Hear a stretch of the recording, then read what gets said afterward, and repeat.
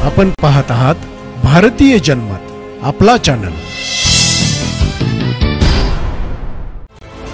पंतप्रधान नरेंद्र मोदी यांच्या 8 कोटी नवीन नोकऱ्या निर्माण झाल्या या वक्तव्याबद्दल त्यांच्यावर निशाणा साधत काँग्रेस नेता प्रियंका गांधी वडेरा यांनी बुधवारी त्यांना लक्ष विचलित करणे थांबवा आणि देशातील तरुणांसाठी रोजगाराच्या नवीन संधी निर्माण करा असे म्हटले आहे। मुंबईत नोकरीसाठी जमलेल्या गर्दीचा चित्रफित प्रसिद्ध झाली आहे। एअर इंडियामध्ये विविध पदांसाठी अर्ज करण्यासाठी 16 जुलै रोजी मोठ्या संख्येने तरुण मुंबई विमानतळावर पोहोचले होते। तेथे चेंगराचेंगरीसारखी परिस्थिती उद्भवली होती। त्यानंतर प्रियंका गांधी यांनी समाज माध्यमांवर पोस्ट प्रसिद्ध केली।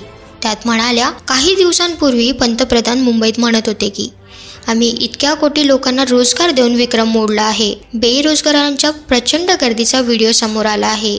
याच मुंबईत काही रिक्त पदांसाठी आलेले लोक दिसत आहेत। याआधी गुजरातमधील एका हॉटेलमध्ये 25 जागांसाठी 15 लाख बेरोजगार आले होते आणि चेंगराचेंगरीसारखी परिस्थिती निर्माण झाली होती। यावरून हे दिसून येते की रेकॉर्ड नक्कीच मोडला गेला आहे, परंतु तो बेरोजगारीचा देश ऐतिहासिक बेरोजगारीचा सामना करत आहे, अशी टीका त्यांनी यावेळेस केली।